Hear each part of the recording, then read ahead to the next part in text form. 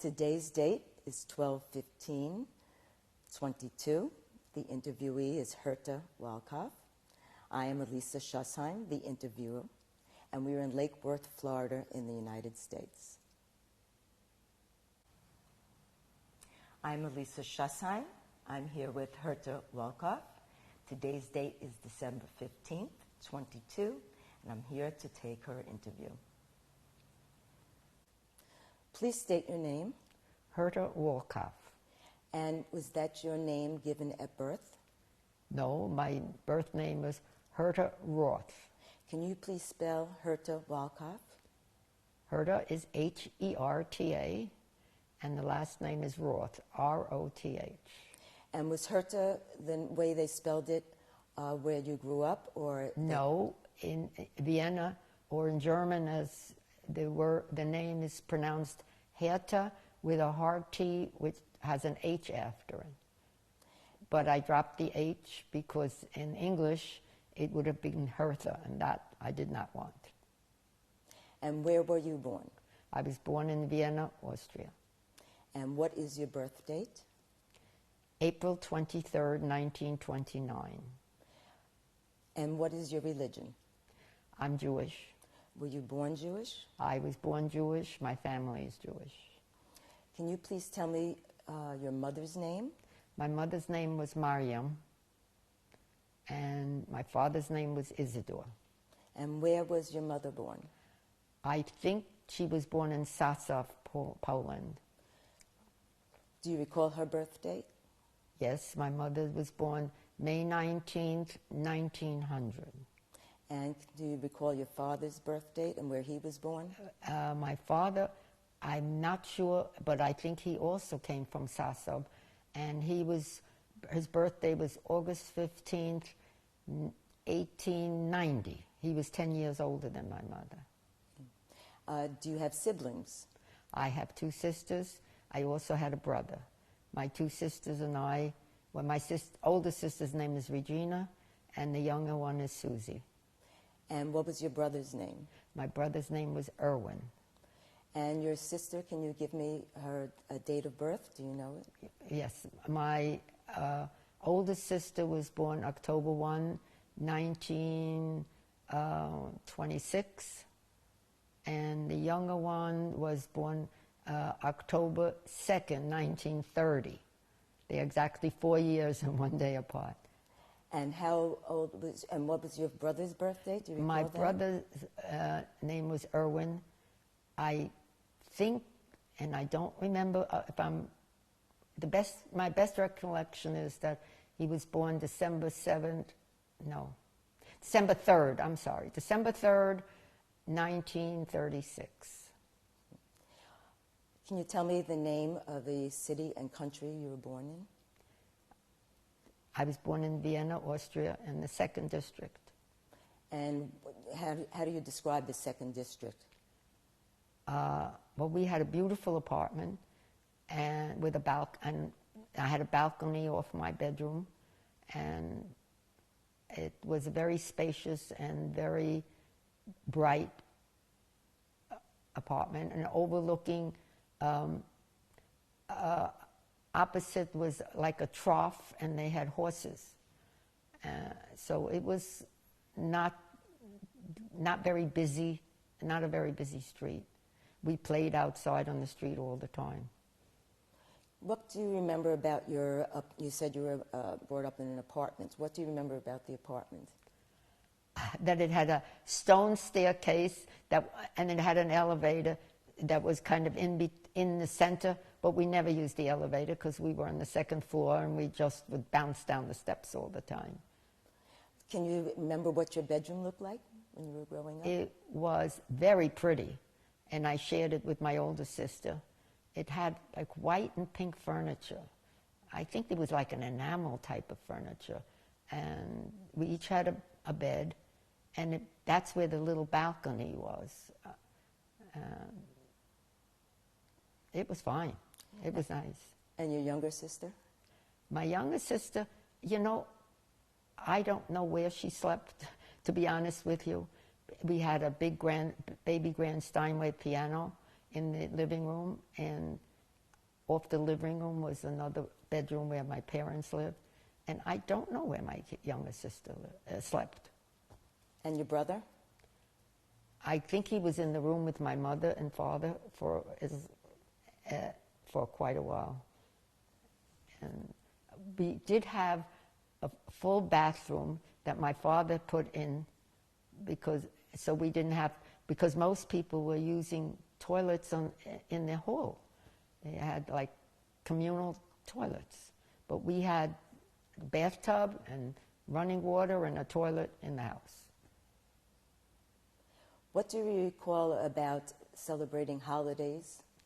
My mother lit candles every Friday night, and she would make her own challah and cook everything. She would make her own noodles for the chicken soup. And I was always afraid that she was going to cut her fingers because she would go like this. And I remember her saying to me that in America, the Jewish people don't light candles Friday night, a lot of them. And I said, why?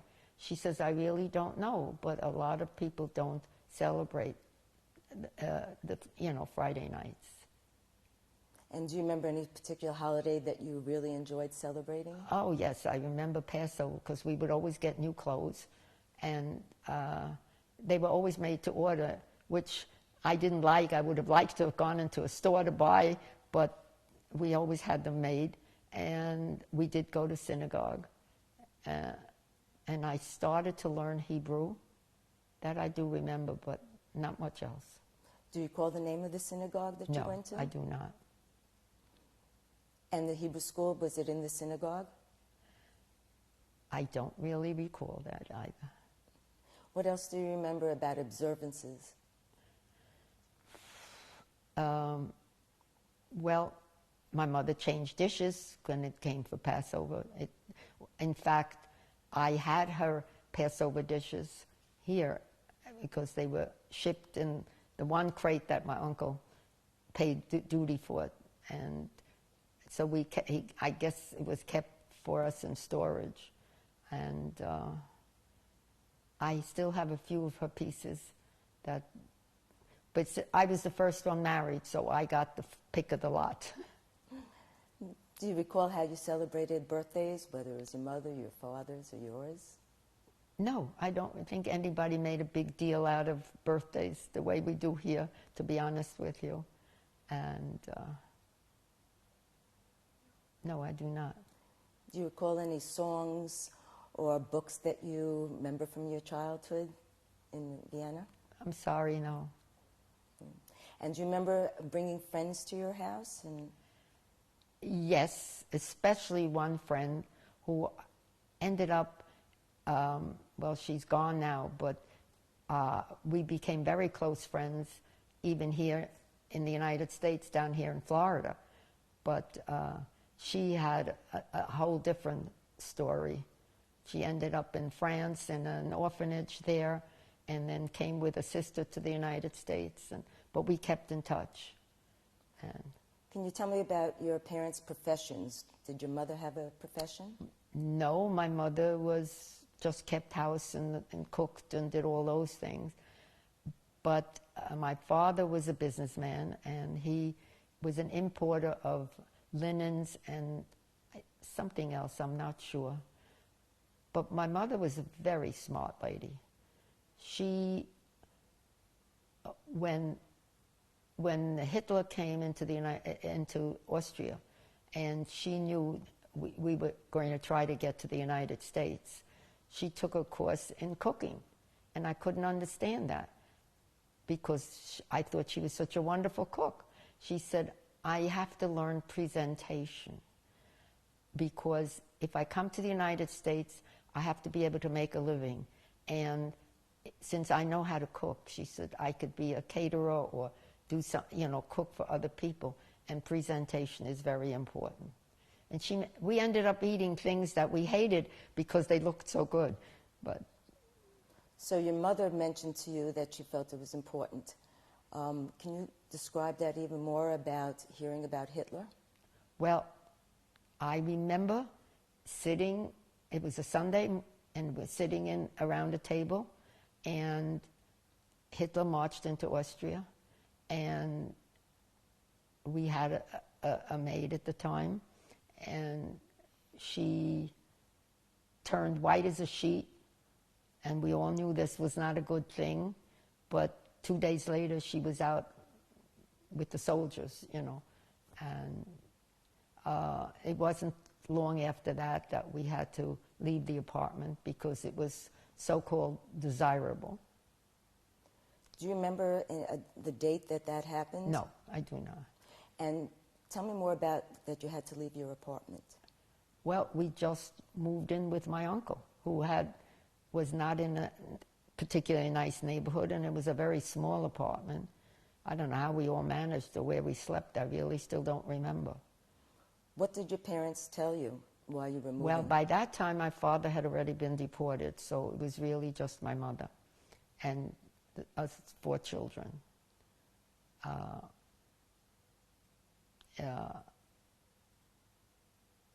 I remember the police coming for my uncle, and he wasn't in the apartment at the time, and my mother, but he was hiding in the other room, and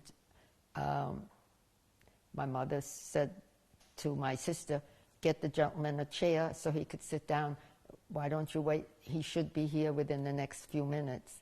And they waited, and she was busy ironing, and we were in the next room with my brother, who was 2 years old at the time, and somebody was afraid that he would call out my uncle's name, but eventually the policeman said, "Just tell him to report to the police station when he comes in."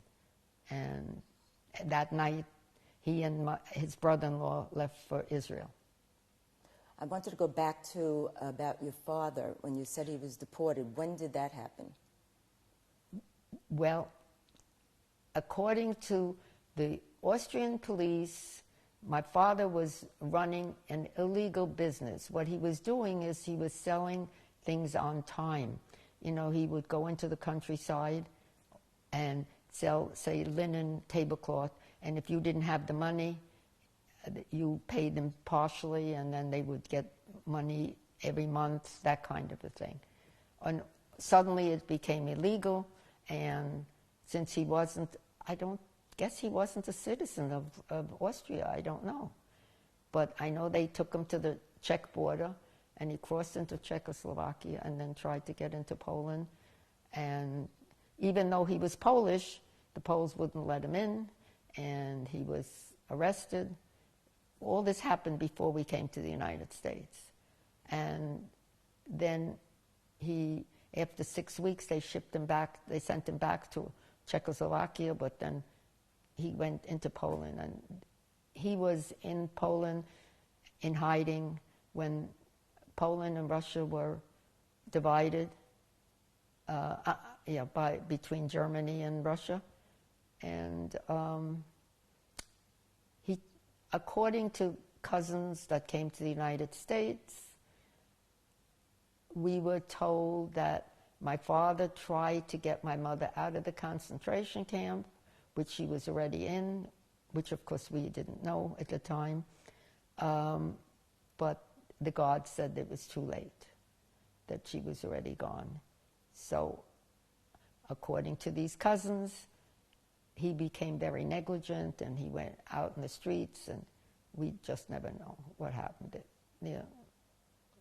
When your father was deported, were you in your first apartment? Yes, it was from the big apartment that we had, yes. And do you recall the police coming in to get him? Not really. I'm not really sure. Maybe a vague recollection, but no. So then you went to another apartment, and who went with you to the other apartment? No, we were in this apartment, my uncle's apartment, until then my mother worked very hard. She decided to just send my older sister and I to the United States by ourselves. And then the last minute, she decided that she would also send my younger sister. She couldn't send my brother. Number one, he was too young, but also she felt she could move more easily with one child. Yeah, so. And she was living with your uncle at that time? No, my uncle left. She just stayed in the apartment. My uncle left Vienna.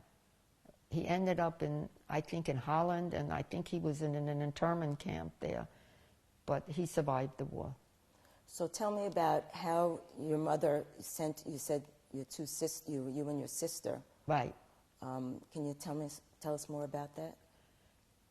All I know is that she kept going to a place called the Kultusgemeinde and to get papers, and she kept working on that, and eventually, I guess, the three of us ended up going on a train, and I remember her standing there, and she said, "Now, nobody cry," and she had tears in her eyes, and we said, "Mama, you're crying," and she says, "No, I'm not, something got in my eye," and I think those were the last words I ever heard from her.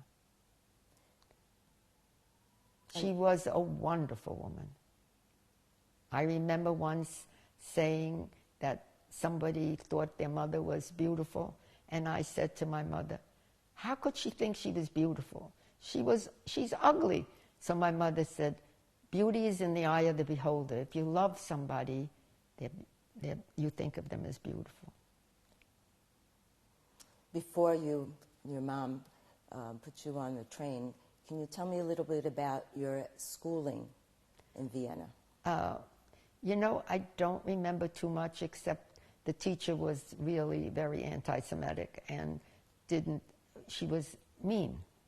You know, if she could, she would kick you under the table, I swear. You know, she just was not a nice person. And school was okay. You know, I was a fairly good student. Math was my favorite thing, arithmetic in those days. Was this a public school or a yes, private school? Yes, it was a public school. And did you have friends in the class? I don't think so. I just remember coming back home, and I do remember playing outside, you know, hopscotch and things like that in front of the house. But except for this one girl, Doris, I don't remember. There was one other girl. Was Doris in your class?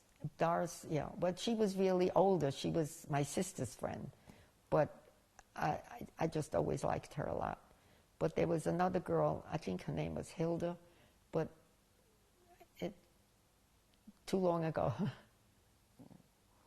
You can go back to the train. What did you take with you? Kerchiefs to cover we had little gold earrings with rubies. At least that's mine were. And I remember wearing a kerchief so that they wouldn't take our earrings away. And I don't remember carrying very much. I guess the trunks must have been shipped ahead. And I just remember sitting on the train, and where you had seats opposite each other, and my sisters and I were like sitting like that. How old were you when you were on the train? 10. Actually, 10 and a half. I was 10 in April, and we came in August. So. What year was that? 1939. And who else went with you on the train? Just my older sister and my younger sister. Was there any talk about organizations sponsoring you or helping you? Not that I know of. But we seemed to go like a herd. There were other people, but nobody ever paid attention to us. So we just followed the group. And this train went from Vienna to where? To Paris. And when we got off the train in Paris, my uncle Emil met us, and he took us to a hotel, and I remember he asked if we were hungry. We were starved, and he ordered onion soup. 10-year-old onion soup? No way. I couldn't even eat it. But that was all I remember. And then I remember the first thing in the morning, we were back on the train going to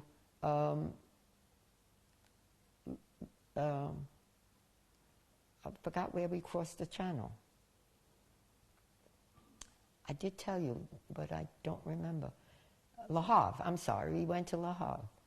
And I remember being on that channel crossing. It was the worst.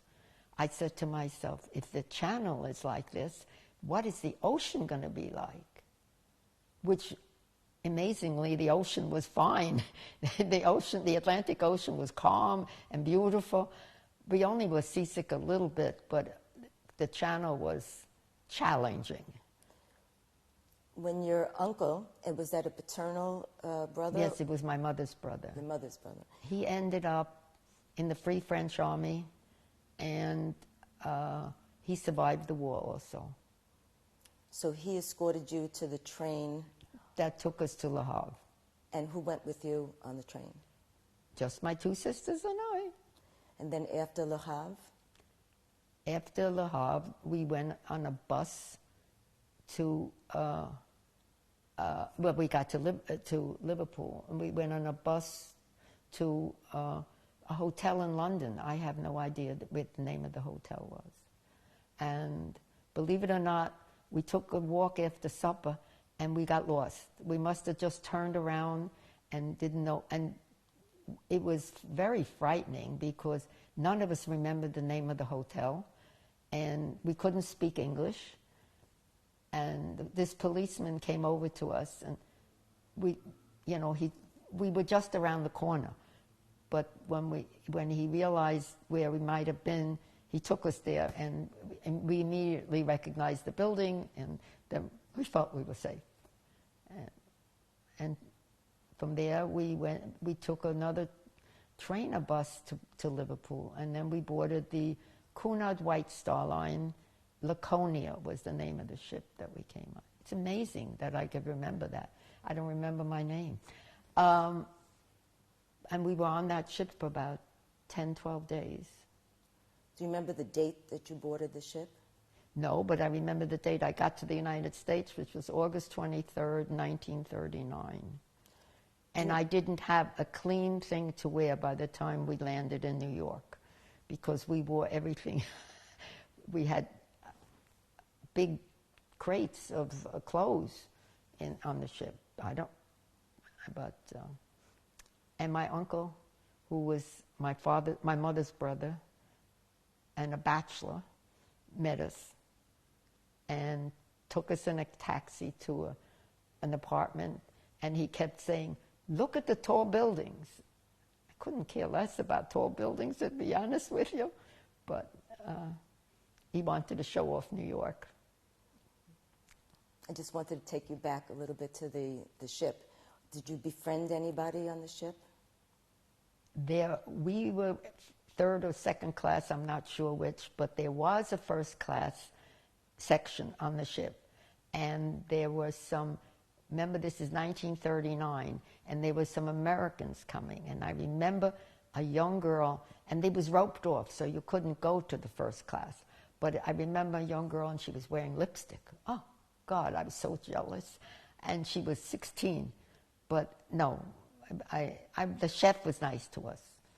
He made sure that we got food to eat and stuff like that, even when we went in the cabin when we felt a little queasy on some rough days. But nobody ever talked to us, so we were just by ourselves, that I recall.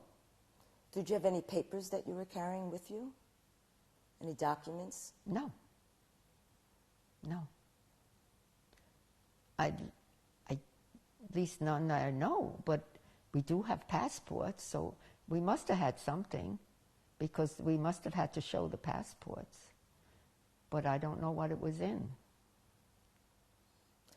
Did you know who was meeting you in New York? Were you prepared? Yes, I knew my uncle was meeting us. And who told you your uncle was going to meet you there? My mother.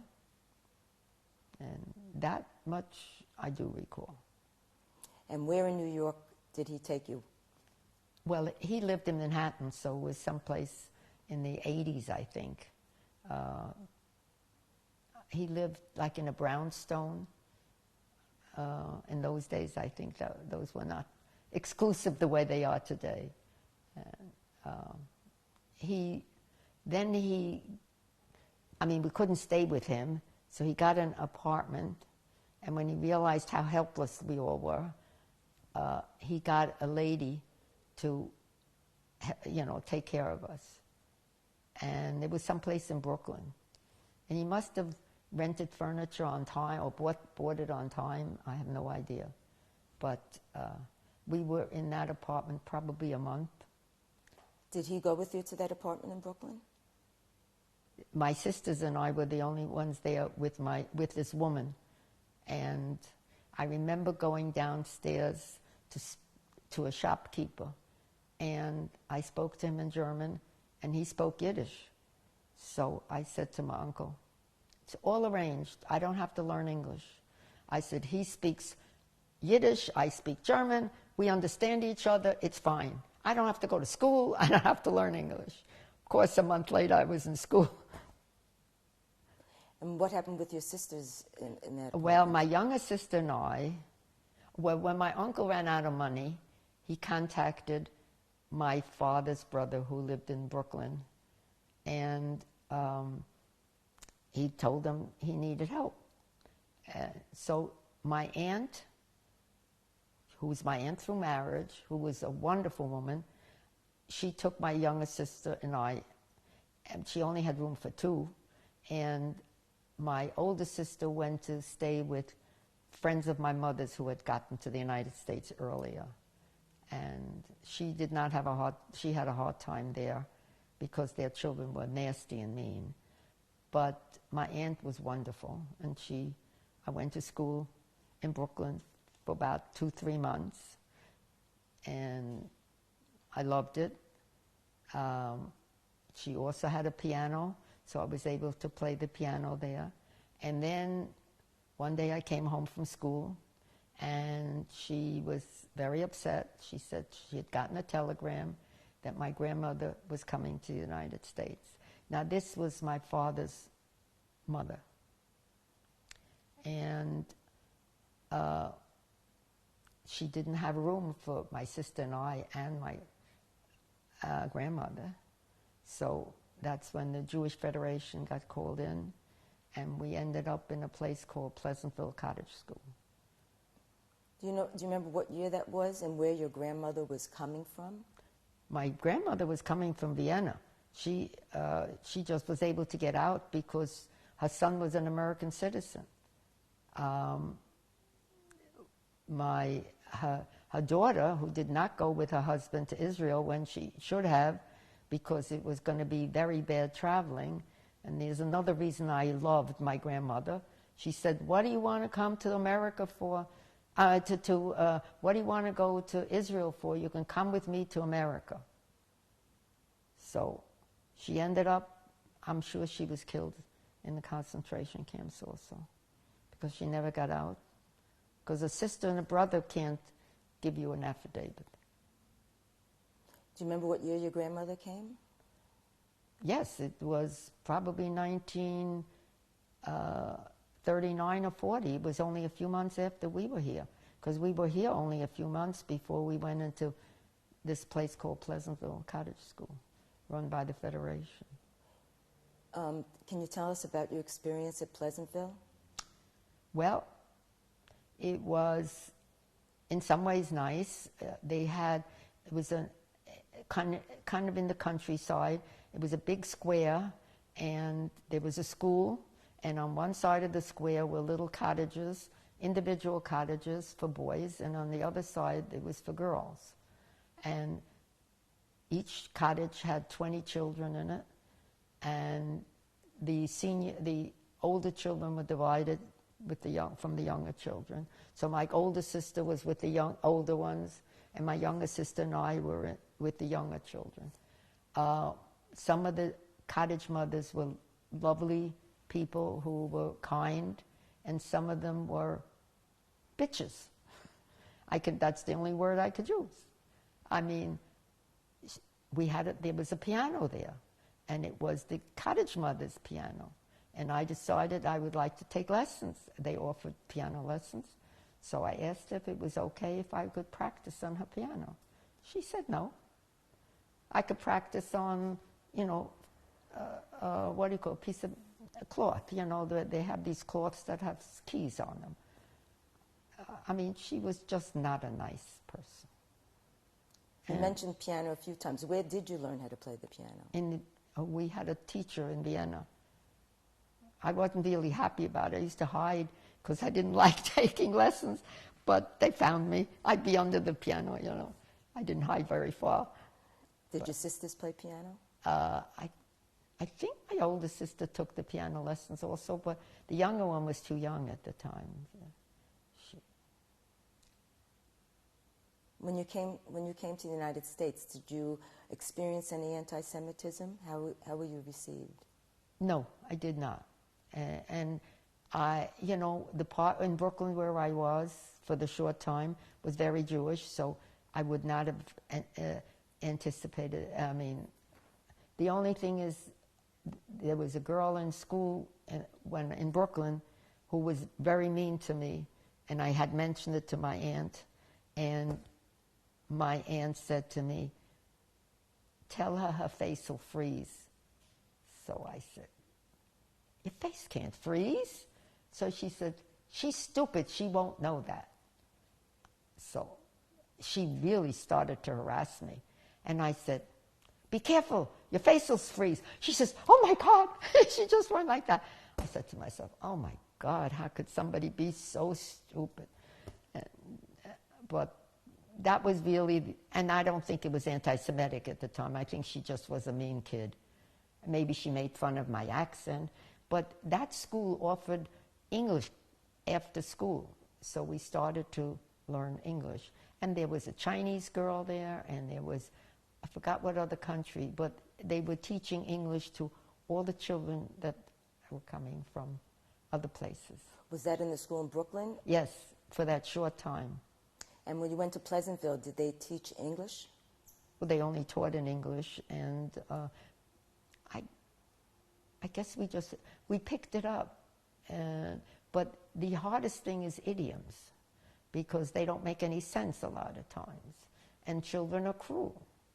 Like one child would say to me, "You could be my friend, but you have to bring me a bucket of elbow grease." Where do I buy elbow grease? Where do I get elbow grease? What's elbow grease? You know, things like that. Do you recall any teachers that had an impact on you at Pleasantville? I had one teacher in 8th grade. He was very nice. He liked me a lot.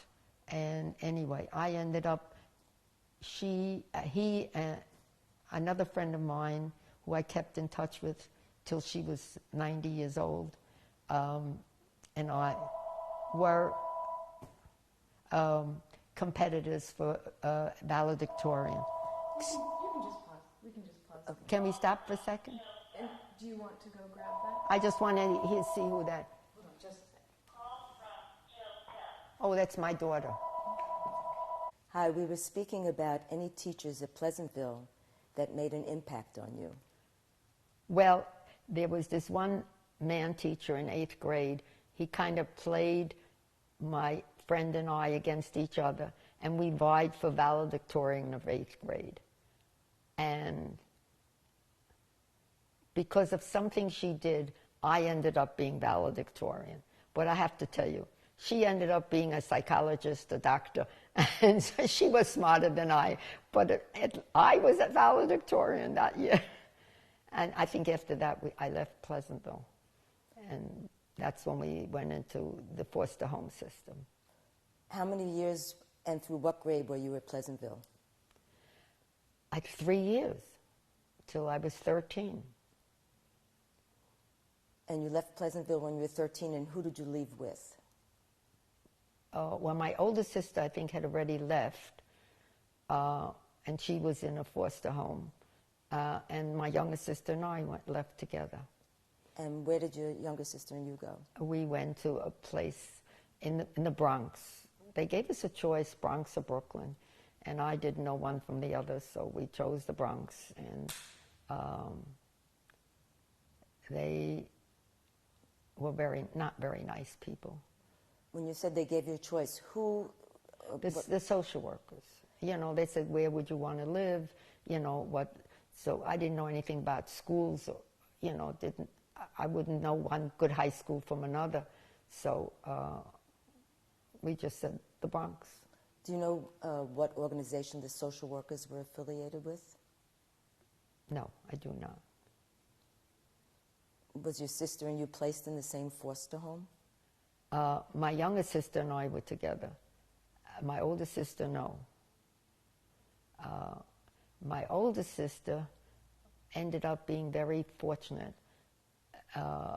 Mrs. Loeb from the Loeb family ended up her social worker. And she saw to it that she studied, and she was not the best student, but she persevered and ended up going to Hunter College, and then ended up with 2 master's degrees. But she's the only one of the 3 of us that ended up in college. What was your experience in the foster family that you were with? Well, not too great. The first one, he was a milkman.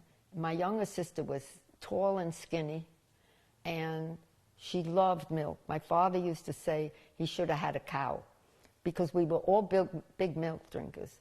And she wasn't allowed to go to the refrigerator to take a glass of milk. And we used to have to vacuum a living room with a royal blue carpet that we were never allowed to walk in.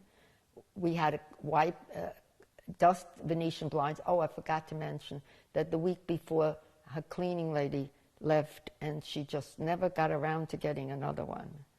So I have never had Venetian blinds for that reason, because I hated dusting Venetian blinds. And then one day I went to visit my uncles in Manhattan, and I came home, and her daughter in the interim had married and eloped with a soldier. And she was coming home on furlough with him. And so she said, the kitchen floor needs washing. This is a Cinderella story, but I swear to God it's true. And I said, it's 11 o'clock at night. I said, I have school tomorrow. She says, well, if you don't want to do it now, you can stay home from school. I was in high school. I looked at her and I said, I swear to you, I thought the ceiling was going to fall on my head, because we were taught to not speak back to adults and to be very respectful. And I said to her, I am not washing the floor, and I'm not staying home from school. And with that, she said, well, then you're going to have to leave. I said, so then I'll leave. And that's what we did. So then they found another home for me. Were you with your sister? Did you leave together? She had left before. She didn't, you know, and so I don't know where they, you know, we were on and off together. She always had more problems than I did. The second home, she was not with me. They needed a babysitter. They had a daughter whose husband was in the service, and she had a 2-year-old child, and I was constantly taking the child to the park, but I wasn't thrilled about that, but I managed. But one day everybody ended up out of the house except the husband, and he started telling me how much they liked me, and he put his arm around me, and I got so scared. I have to tell you, I was 15, well-developed, and I was scared. So I called the social worker, and I told her what happened, and she said, we'll get you out within 24 hours, but please don't tell them why you're leaving. You know, they're married 30 years, you know, you'll be gone. But I didn't ask them what I should say. And I was never taught to lie. So It was so uncomfortable. They kept saying, "Why are you leaving? We like you so much." I can't tell you. I can't tell you. I felt so stupid. I cannot tell you how stupid I felt. But I never did tell them what happened, why I left. And then the third family, they were wonderful people. They were poor. He was a carpenter, very religious. She used to cook and schlep the pots to the Lechem Anim, for the poor people on Friday for food. I mean, she was a remarkable woman, and she was very kind. I stayed there after I graduated, and then I went to business school. And even while I was working, I stayed there because I was afraid. I would have liked to have gone into my own apartment, or even with my sister, but in those days the connotation was, oh, she's got her own place, and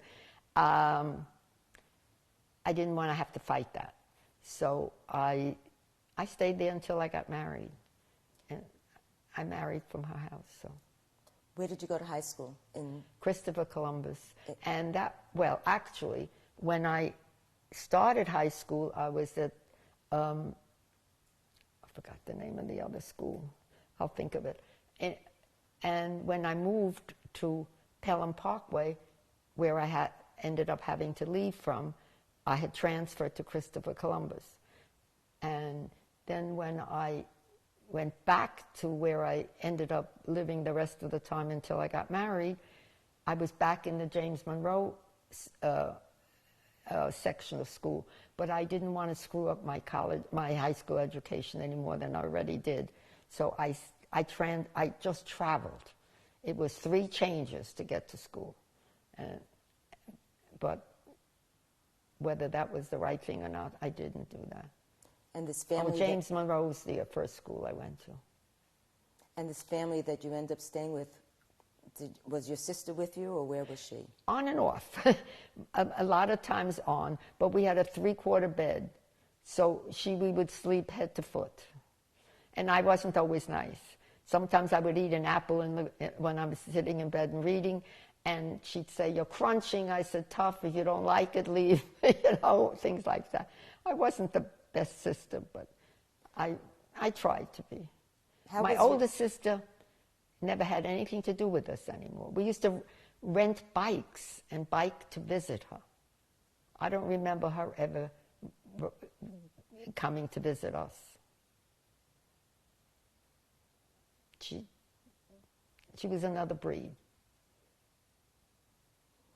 And you were living where at that time when you were in high school? Where was these people's place? In the East Bronx, near Pelham Parkway. And your older sister? Was in the West Bronx. So. When did you learn that the war had ended? Well, I mean, everybody knew when the war ended, but what I didn't know is whatever happened to my mother and father and brother, and I kept trying to find out. But my uncles never told me anything. And then one day, this girl said to me that she was going to Austria, and she was going to be in Vienna. And she said, if you give me the information, I will try to find out what happened to your parents. So I started to ask my uncles, and that's when they told me that they knew that my mother and brother had been killed in the concentration camps. I was hysterical. I mean, I don't cry very easily. I usually cry when I'm happy more than I'm sad. It's something I just don't seem to be able to do. But I was devastated. I mean, I think deep down I knew, but just the positive confirmation of that it just knocked the hell out of me, to tell you the truth. It did me in. Did your uncle know where they perished? I'm not sure, but I have all kinds of stuff from Austria, you know, from that, I think then she was in Izbeka and in this concentration camp and that concentration camp. I never got confirmation about my brother. For years I used to think, well, maybe he has amnesia and he doesn't know, you know, but I remember my mother writing saying that she would always tell him about his 3 sisters in America, and by the time he would have been killed, he was 6 or 7. So he would have known. But we adored him. We really did. And did you get any confirmation about your father's death? No. No. The only thing I got was we got a phone call when I guess I was about 16, and from a cousin of my mother's, a father's rather, saying that they had some information about my father. So the 3 of us took the subway to Brooklyn and went there, and we're sitting around this kitchen table, and it seems that Hayas had helped them come to the United States, and they had opened up this little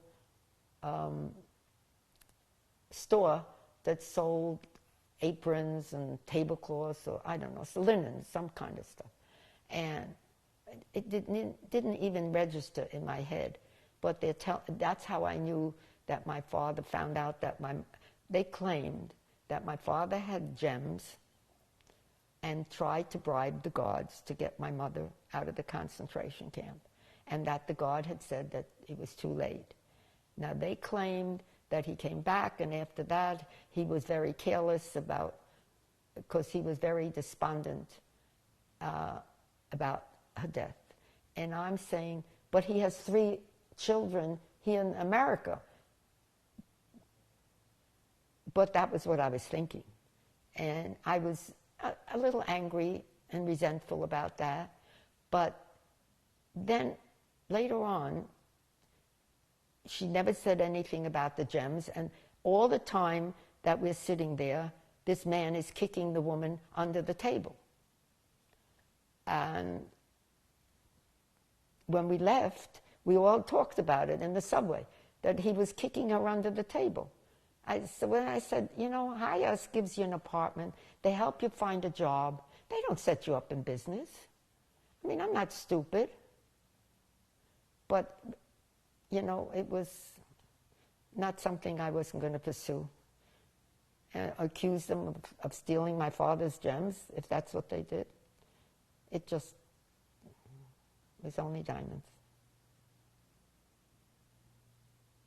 Do you recall anything else that they told you? No. No, they just said that he was careless and he was very despondent because he couldn't help my mother. And I know they were very close. I have letters where she was trying to get him out of the prison from Poland, and she hired lawyers. So, you know, I'm happy that they were happy together in that short time that they did have together. So when you finished high school, what did you do next? Well, I went to work, but I also went at night to Merchant and Bankers Business School. They're not in existence anymore. There's a lot of things I should have done. I wanted to be a court stenographer when I decided I couldn't be a lawyer. But they were starting to use that special machine, the stenotype machine, and it was expensive. I couldn't afford it. Now, probably if I had asked the Federation, they would have supplied one for me or gotten me one. But it never even occurred to me to do that, because I was very independent and I really never asked anybody for anything, till now. Now I'm getting help. So you went to business school. And I worked for an import-export company. And then I met my husband, and then I became engaged. I worked for about a year after, and then I became pregnant. And I decided I didn't really want to work anymore. I actually didn't mind the work. I didn't want to commute. We were living in Queens, and it was a terrible commute into Manhattan. I hated it. How did you meet your husband? That is an interesting story. And what is his name? What was his name? His name is Leonard. He was a pickup. 2 girls from my office and I went to the Jersey Shore, and we it turned out to be one of those small Koch-Lane type of hotels on the beach, and we started. I can take just so much water. I went into the water, turned my head, and I got knocked over by a wave, got thrown around 3 times. I said, I've had it. And we decided, the other girl and I, to take a walk into town. And one of the girls, she loved the water, so she stayed on the beach. And we started to walk into town, and these guys started to talk to us. So we just walked with our noses up in the air. I was 19. And then we went into, I think, a 5 and 10 or something. And on the way back, they were coming out of the same 3 guys were coming out of a pizza place. And they again started to talk to us. And I said to my friend, we don't have anything to do tonight. So he says, let's slow down. So we just stood and started to talk. And I remember the one that's Len was wearing like a stretched out T-shirt. He looked like a real schlump. And the other 2 guys were his friends. Anyway, we made a date for that evening. And they were going to pick us up at 8 o'clock. And in those days, people got dressed to go out. I remember putting on this beautiful silk white print dress and heels. And anyway, I was the first one dressed of the 3 girls. So we get a call from the concierge that these 3 gentlemen are outside, all in suits and ties. And there's my husband, and I look at him, and I didn't say anything. I said, the other girls will be ready in a few minutes, and I went upstairs. And I went up there, and I said to them, you know, I think I'd like to go out with the one they call Red. And they got mad at me. They said, you're picking already, you're picking. I said, all right. So when we all got downstairs, unbeknownst to me, he told his other 2 friends, I don't care which one you pick, but the one that's called Herta is the one I'm going out with. So that's how we met. And where was he from? The West Bronx. So he used to come to visit me, and it would take 3 changes with buses or trains or whatever, from the East Bronx to West Bronx. It was not a good commute. But what country was he born in? He was 2nd generation American, and he had already been in the service and flown 35 missions over Germany. And that's why I loved him, because he bombed Germany. And but he came from, you know, very humble, but he had already gone to college for a year before he went into the service. He went to City College, and then he went to RCA Institute for 2 years on the GI Bill. And he was fixing television sets in those days. That's what they did. And built them. He built one too. So. What year were you married? I met him in 49. We were married in 1950. And March 26, 1950. Did you share with him your experiences? Oh, of course he knew all about me. I mean, yes. And of course my uncles were still alive at the time, so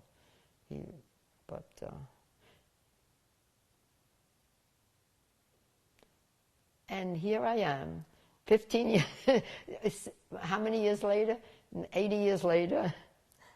Did you have children with? I had 3 children. I have 3 children. Richard is the oldest, and Douglas is 2 years younger, and my daughter Jill, who's 2.5 years younger than that.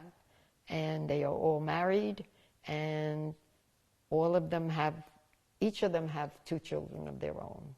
So from a little tiny family, we grew. Did you share your experiences with your children? Yes, I think they knew. I think over the years, yes. Some were more sensitive to it than others, you know. But I didn't really talk about it. You know, they knew that my parents were killed in the war. And did they know about your brother? Yes, I think so. There's a picture of him over there. So, and but you know, children look at things differently. Yeah, I think they felt cheated that they never had grandparents. I mean, my husband had a father when I met him, and he was a lovely man. His mother had died the day he came out of the service, so I never met her. But when my daughter was maybe 9 months old, we got a phone call saying, we better come quickly. They lived in Yonkers at the time, and by the time we got there, they went like that. He had died of a heart attack, and he was only 66 years old, something like that. I mean, at the time, it did seem like pretty old, but in retrospect, he was young. And he was great. He used to come to visit us, and sometimes he'd mow the lawn because, so my husband was working, and to just save him the work. And he never, ever came without some little tchotchke for the children. He always had some little something for them. So, do you have grandchildren? I have 6 grandchildren. Each of my children have 2. My oldest son has 2 boys. My youngest son has 2 girls, and my daughter has 1 of each. And 3 are married. Now, 3 of my grandchildren, and I have 4 great-grandchildren. My daughter is the grandmother now of 2 boys, and my youngest son, Douglas, has 1 granddaughter who's going to be 2 in March. And in August, I went to a wedding in Mendocino, California, for my oldest son's oldest boy, and his wife is pregnant now. So, and they're very ecstatic about that. So I'm going to be a great-grandmother again. Did your children and grandchildren have any Jewish education? Did your children receive any Jewish education? My oldest son, who married a Christian girl, and who converted, or partially converted, actually went on to confirmation. He was bar mitzvahed and confirmed. My youngest son also was bar mitzvahed. I have the bar mitzvah pictures over there. But my daughter, believe it or not, was a Hebrew school dropout. She did not like it, and she didn't want to go. And frankly, she's the most observant of all of them, because she still goes to temple on high holidays and things like that. Do your sons belong to synagogues? No, they do not. And your grandchildren, are they receiving a Jewish education? Or did they? My grandchildren did not. No, they did not. That I know of. No. I don't know. What am I saying? I'm sorry. Both Laura and Rachel were bar mitzvahed.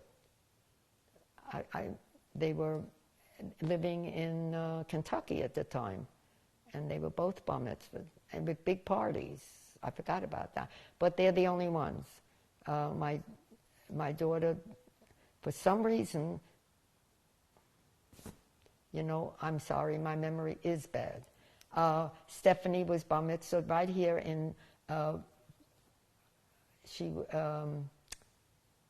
in Florida, not Lake Worth, what's north of us? In Palm Beach. She was bar mitzvahed in Palm Beach, and after her bar mitzvah is when they moved to Wisconsin. So 3 of my children were bat and bar mitzvahed, but the other 3 were not. And I don't know about the great-grandchildren. They're too young to find, actually. Do you ever speak about and reflect on about the Holocaust with them? Not anymore. I think they know everything, I don't discuss it anymore, no. And how do you feel when today about different things that you might hear about anti-Semitism? How does it impact you? Drives me crazy. It's that it should happen here in the United States. It's very, very, very frightening because I don't know why there is so much hate in this world. It's just people hate because you're gay. They hate because you've got a different color skin. I mean, there's just so much hate. And that is very frightening. And especially because everybody's carrying guns today, and that's on top of everything else. So with the hate comes the guns. Come on. I mean, I think it's horrible, to be honest with you. Do you speak about that with your grandchildren? No, I do not. I haven't had a serious conversation with them in a while.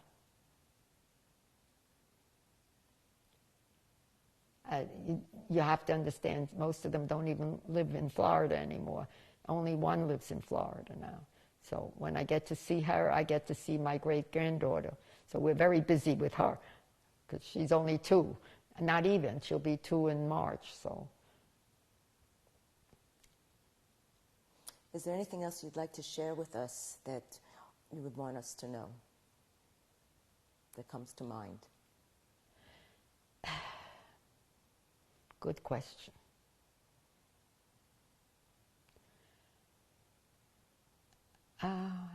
The cruelty of man's inhumanity to man. I mean, and the foster system that's so failing. And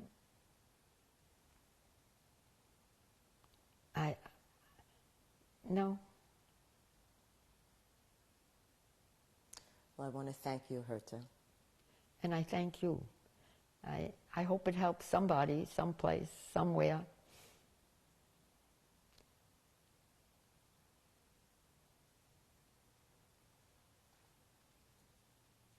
Herta, can you please describe who's in the picture on the left? That is my mother and my brother. I believe he was about 3.5 at the time. And where was that taken? In Vienna. And that picture, the picture next to it is my father. And I really don't know where that picture was taken. I think in Poland or Czechoslovakia, after he came out of that prison, because he crossed the border without papers. Do you have an idea what age he was when that picture was taken? He was 10 years older than my mother, so my mother was 39. I would say he was 49 or 50 years old. My father had big blue eyes and no hair on his head. He looked like Yul Brynner.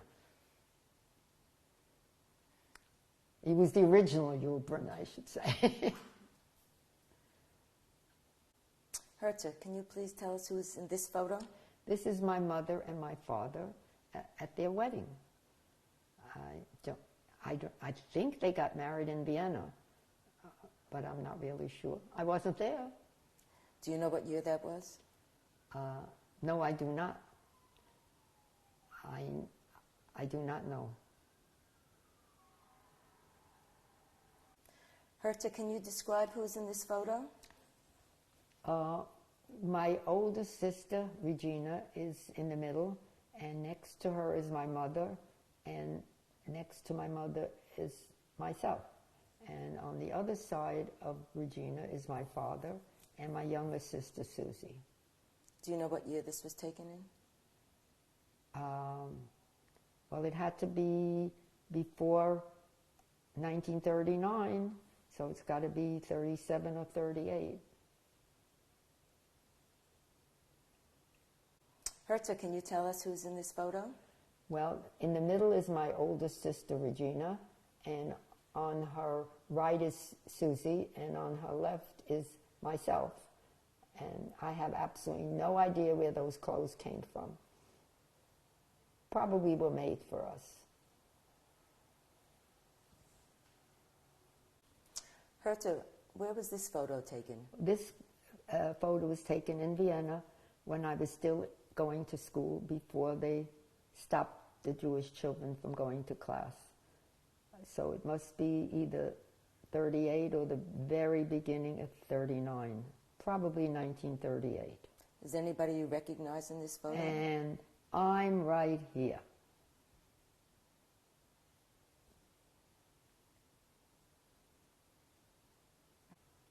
Herta, who is in this photo? That is the photo that was taken for my passport to coming to the United States. I was 10 years old at the time. And what year was that? 1939. Herta, can you tell us about this photo? Well, I really don't remember too much about it. I don't know whether it was taken in Pleasantville or in Vienna, but it seems that I was dressed up as a princess, and here I am. Herta, please tell us about this document. Well, this is my birth certificate, and as you can see, they have the name Sarah in the middle.